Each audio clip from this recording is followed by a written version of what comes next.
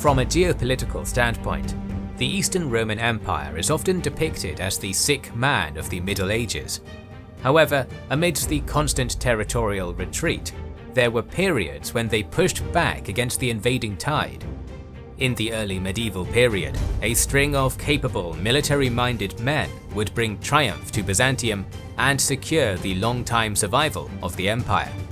Welcome to our new mini-series on the early resurgence of Eastern Rome, where we will cover the territorial gains of the empire from the 9th to 10th century.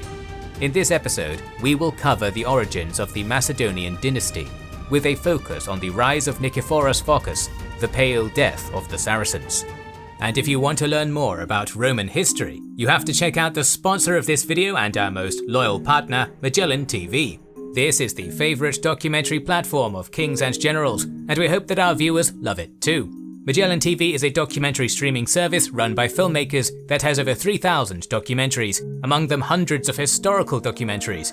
If you want more Roman history, check out Hidden History of Rome, hosted by Monty Python's Terry Jones, who answers the question, "What have the Romans ever done for us?" in a humorous fashion. We also recommend the 6-part documentary series called I, Caesar: The Rise and Fall of the Roman Empire. You can watch both anytime, anywhere, on your television, laptop or mobile device, and it's compatible with most devices. Our viewers can now take advantage of an exclusive offer, 30% off an annual membership. This gives you an entire year for less than $3.50 a month. Every documentary we've watched has been worth double that, and there are now 3,000 in the Magellan TV collection. This offer is available to returning users too. Simply click on the link in the description to claim your discounted annual membership today. Support our channel and do that at try.magellantv.com/kingsandgenerals. Start your free trial today. In the year 800 AD, the Eastern Roman Empire was a shadow of its former self. 3 centuries earlier, the grand ambitions of Emperor Justinian had created a Mediterranean juggernaut worthy of being spoken of in the same breath as the empires of Augustus and Trajan. Now, little of Justinian's legacy remained. The bellicose Lombards had pushed the Eastern Romans to the very fringes of Italy. Constant migrations of Slavs and Bulgars along the Danube had put an immense strain on the empire's Balkan territories, and even before that, the meteoric rise of a natal Islamic faith had permanently deprived the Romans of Egypt, Syria, and North Africa. Perhaps the greatest threat to the emperors in Constantinople were the aforementioned Muslim Arabs, who, in a stark departure from their desert-dwelling roots, had taken to the seas to become the most deadly sailors of the Mediterranean coast. In 827, the Byzantines suffered 2 major losses to 2 different factions of Muslim corsairs. The young Tunisia-based Aghlabid Emirate struck at Sicily, beginning the 80-year-long conquest of that island, while a roving band of political exiles from Islamic Al-Andalus seized the ancient Isle of Crete. The newly founded Islamic Emirate of Crete became a particular menace to the Byzantines. Supported by the mighty navy of the massive Abbasid Caliphate, the isle became a perfect base from which Arab pirates launched constant and devastating raids into the coastal towns of the Aegean Sea. In summary, Byzantium in the early 9th century looked to be a polity in terminal decline. And yet, all was not lost. In 811, a peasant boy named Basil was born in Caryoppolis, in what was then the theme of Macedonia. As a young man, Basil was employed as a stable boy by a distant relative of the reigning emperor Michael III. There he attracted the attention of important courtiers by his tall stature, enormous strength, and ability to break in the wildest horses. Basil soon became a trusted confidant of the emperor. In 866, he achieved the role of co-emperor alongside Michael III. A year later, Basil had Michael assassinated at a banquet, allowing him to ascend as the Basileus, founding the Macedonian dynasty that would endure over 200 years. Basil I's reign would be the most successful that Eastern Rome had seen in centuries. He oversaw the Christianization of the Balkans, playing a major role in bringing the Bulgars and South Slavs into the Eastern Orthodox fold. He also forged an alliance with Holy Roman Emperor Louis II to eliminate Arab piracy in the Adriatic Sea, seizing Bari, which had been a Muslim stronghold, and establishing suzerainty over the Lombard Principality of Benevento in the process. This set the stage for a renaissance of Byzantine power in the Italian peninsula not seen since the days of Justinian. Basil the First died in 886, having laid the foundations of a true Eastern Roman resurgence throughout the Mediterranean world and beyond. Unfortunately, the years following the seminal emperor's death began a regressive trend. From 893 onwards, Byzantium was subject to the imperial ambitions of the Bulgarian prince Simeon, who launched war after war upon Byzantine lands with the goal of claiming the imperial title and trying to replace the Romans as the biggest power in the region. He was never able to take Constantinople itself, but he still managed to greatly expand the borders of his realm at the expense of Byzantine Balkan territory, imposing an annual tribute upon the emperors in Constantinople and forcing them to confirm him with the prestigious imperial title of Caesar, or in the Slavonic Bulgarian tongue, Tsar. With Simeon's death in 927, Eastern Rome's northern frontier with Bulgaria became somewhat stable once more. However, its eastern frontiers against the Arabs had remained incredibly volatile the entire time. The ever-powerful Abbasid Caliphate still retained inroads into the empire's Anatolian heartland, and more importantly, Muslim corsairs continued to launch raid after devastating raid into the Byzantine-held Aegean Islands from their base on Crete. Back in 904, an Abbasid fleet commanded by the infamous Greek defector Leo of Tripoli had even managed to sail all the way up to Thessaloniki, which at the time was the second most prosperous city in Eastern Rome. After a 3-day siege, the city was put to the torch. Emperor Leo IV responded by appointing Admiral Himerios to subdue the Muslim pirates. Himerios had some initial success. His Byzantine warships crushed an Arab fleet on St. Thomas's Day of 906 and fought its way to the Syrian coastline, sacking the city of Laodicea in 909. Himerios then sailed onwards to Cyprus, which at the time was, remarkably, jointly ruled by both the Abbasid Caliphate and the Eastern Roman Empire. Himerios landed his troops unopposed and re-established undisputed Byzantine control over the island. The Byzantine expedition then resupplied and pointed the bows of their dromon at Crete, placing its capital of Chandax under siege by land and sea. A 6-month standoff ensued, in which the Romans found no headway against the stubborn Arabs that defended the keep. Upon hearing that Emperor Leo IV had become severely ill, Admiral Himerios broke off the fruitless siege and began the journey home, only to be ambushed off the coast of Chios in early 912 by his old friend Leo of Tripoli. Himerios' fleet was utterly destroyed, and all the gains he had made were reversed in the space of a year. Meanwhile, an Abbasid fleet led by Damian of Tarsus brought Cyprus to its knees after a 4-month sacking spree, while Crete, having survived its siege, remained an impregnable stronghold from which Muslim corsairs raided Eastern Roman coastlines with impunity. From the Bulgarian north to the Anatolian frontier, and especially upon the Mediterranean Sea, the gains Basil I had made to ensure the security of Byzantine borders had begun to falter.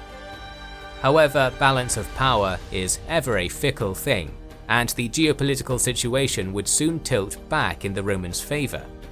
The Abbasid Caliphate, which had long been Eastern Rome's greatest rival, had been slowly losing grip of their central authority since the late 800s.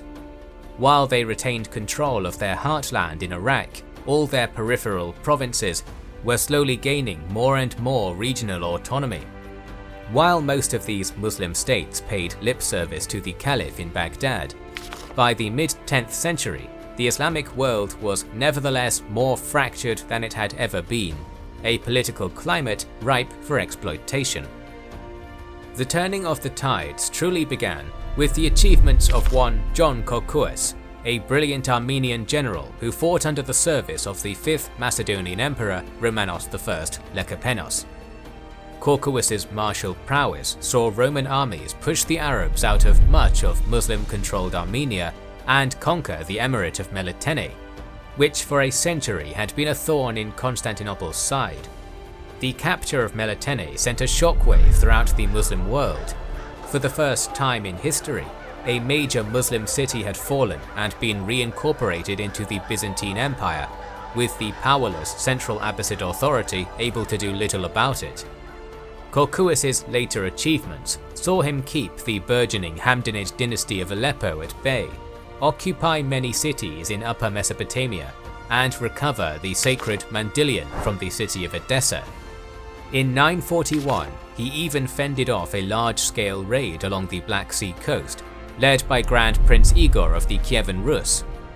However, in true Byzantine fashion, Corcous was not rewarded for his victories, but punished for his rising popularity by the scheming imperial court. He was dismissed from service in 944, and soon after faded from the pages of history. With the end of Corcous's story, we begin the tale of Byzantium's next great conqueror, the one called the Pale Death of the Saracens. In 912, a son was born into the Cappadocian noble family of Phokas and given the name Nikephoros, which means bringer of victory. The Phokas clan had long served as a pillar of the Byzantine military, so from a young age, Nikephoros sought to continue this family legacy. He quickly gained the favour of Emperor Constantine VII, and by 945 had been appointed the military governor of the Theme of Anatolikon. 10 years later, he was made the domestic of the schools, and in 957 proved himself worthy of the position, seizing the strategic fortress town of Hadath from the Hamadanids. 959 saw the ascension of Romanos II to the Eastern Roman throne, who preferred indulging his base pleasures over engaging in statecraft, and was happy to leave military matters to his capable generals. To that end, he put Nikephoros in charge of all Byzantium's eastern armies, and commanded him to accomplish what so many other Roman generals had failed to do before him. It was time to finally retake Crete, so Nikephoros set his eyes upon the Isle of Minos, and began to prepare for the battle that would make or break his career.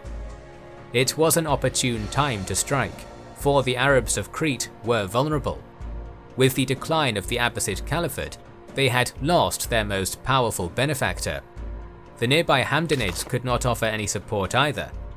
Nevertheless, the Emirate of Crete would not be easy pickings. Its warriors were battle-hardened on both land and sea, and its main fortress of Chandax was a nigh impregnable redoubt. According to the contemporary chronicler Leo the Deacon, it was protected on one side by the sea and on the other by tall battlements of earth and goat and pig hair mixed together and compressed thoroughly, wide enough so that 2 wagons could easily make a circuit on top of the ramparts and pass each other. These imposing walls were supplemented by 2 outspread and thoroughly impassable moats.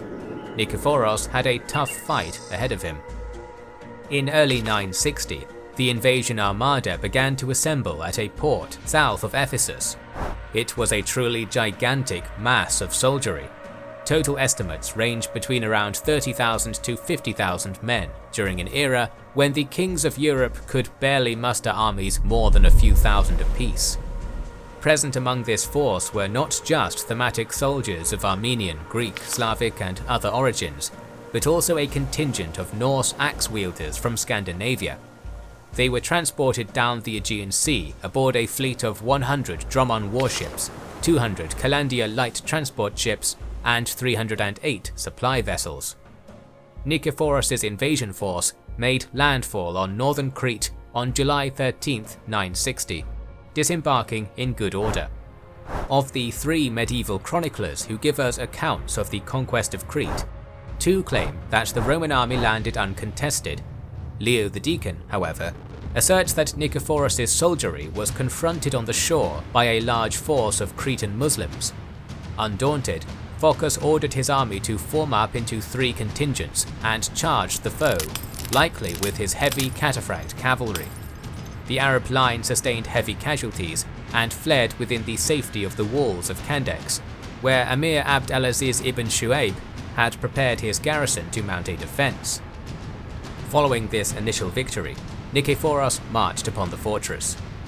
According to Leo the Deacon, the Cappadocian general attempted to immediately storm the walls, but was handily repulsed by the Arab invaders. Following this, he had his army surround Chandax and build a fortified stockade around its walls. He next ordered the navy to blockade the redoubt by sea, commanding them to destroy any Muslim ships that tried to leave its harbour. The siege of Chandax had begun. While Byzantine catapults showered the Muslim battlements with a withering hail of boulders, Nikephoros instructed one Nikephoros Pastilas, strategos of the Thracian theme, to create an expeditionary battalion to scout the Cretan countryside and obtain supplies for the imperial army. Pastilus's men ravaged the hinterlands outside Chandax, indulging freely on the food and wine of the local villages, unaware that there were eyes upon them. Indeed, Pastilus's scouting party had been tailed the entire time by squadrons of Arab guerrillas who had kept enshrouded amidst the island's hills. Seeing the Byzantine soldiers heavy with drink, the Muslims launched a devastating ambush upon them. Despite being inebriated, the Romans fought back viciously until Pastilus was struck down by a hail of arrows. Only a few lucky survivors were able to escape back to the siege camp and inform the Romans of the disaster. With both the resistance fighters in the hinterlands and the garrison in the fort, Nikephoros was stuck fighting a two-front battle. Time and again, Arab skirmishers would stream out of the hills and make lightning strikes against the Roman stockade, at times coordinating with their comrades inside Chandax, who would launch simultaneous sorties outside of their walls in an attempt to pincer their besiegers. These raids were all inevitably pushed back, and in retaliation, Nikephoros unleashed his most battle-hardened warriors to strike back into the Cretan countryside. No more would he allow his soldiers to behave like hedonistic brigands. Now they meant business. Roman death squads put local communities to the torch, slaughtering women, children, and old men, all in an attempt to bring the whole island to heel in a sea of fire and blood. According to Leo the Deacon, at some point the disparate Arab guerrillas mustered together into a united force of some 40,000 men, entrenching themselves on a hill nearby the fortress in an attempt to make one last Hail Mary to destroy the Byzantine siege camp. However, in one of their raids, some Byzantine soldiers managed to take some prisoners, who informed Nikephoros of the existence of this relief force. Guided by some local native Christians, Nikephoros himself led a vanguard through the Cretan hills and quietly surrounded the Arab camp. Now it was his turn to strike from the shadows. He ordered the war trumpets to blare and charged his unsuspecting foe, taking the Arabs completely by surprise and annihilating them. With the threat from the hinterlands eliminated, Nikephoros was now free to focus all his efforts on Chandax itself. With icy zeal, he ordered the heads of the slain Arabs mounted on catapults and launched into the fortress, so the defenders within would see their dead friends and despair. The Byzantine chief of artillery even had a live donkey launched over the walls, causing Nikephoros to jokingly quip about how it soared like an eagle. All this accomplished, however, was to imbue the Muslims with rage, and when the Byzantines stormed the fortress once more, they were repelled yet again. Realizing that further direct attacks were futile, the Cappadocian general simply settled in for a long siege. Winter was approaching, and he now counted on starving out his foes. Completely blockaded from the outside world, Abd al-Aziz knew he and his warriors were living on borrowed time. The Cretan emir sent pleas for help to the great rulers of Islam, and while the Fatimids of Egypt expressed a willingness to send troops, no physical aid actually materialized out of the deeply divided Muslim world. The winter of 960 was extremely hard on both the attacking and defending armies. The bitter cold was the worst it had been in years, and while the Muslims inside Chandax had inevitably begun to starve, the Byzantines had also run out of supplies. Morale among the Romans began to plummet, until well-timed arrivals of supplies from Constantinople in mid-February reinvigorated the attackers, much to the dismay of the men in the fortress, who had come to realize that the walls that protected them would soon become their tomb. In March of 961, Nikephoros reinvested in fighting in earnest. Another barrage of Byzantine siege equipment rained hell upon Chandax, and yet its walls did not fall. Undeterred, the Cappadocian general ordered a battering ram team to launch a frontal assault on the fortress's main gates. This, however, was simply a distraction. Nikephoros' real play was a contingent of sappers who dug tunnels beneath the fortress battlements to undermine the integrity of their foundations. On March 7th, a section of the walls finally collapsed, and the full might of the Imperial Byzantine army poured in through the breach. The Muslims formed a line and made a brave final stand, but they were cut down nearly to a man. Men, women, and children in the fortress were slaughtered indiscriminately. Chandax was in Roman hands, and with it, control over the whole island. After nearly 150 years, the imperial eagle flew over Crete once more, and from then on, Arabic piracy ceased to be a serious threat to the Byzantines. With that said, Nikephoros' work was far from done. In Anatolia and Syria, the Hamdanids and other Islamic dynasties were still a big threat to Roman interests. In our next video, we will cover these upcoming eastern campaigns and explore how our titular general earned his grim moniker, the Pale Death of the Saracens. So make sure you are subscribed and have pressed the bell button to see it. Please consider liking, commenting and sharing, it helps immensely. Our videos would be impossible without our kind patrons and YouTube channel members, whose ranks you can join via the links in the description to know our schedule, get early access to our videos, access our Discord, and much more. This is the Kings and Generals channel, and we will catch you on the next one.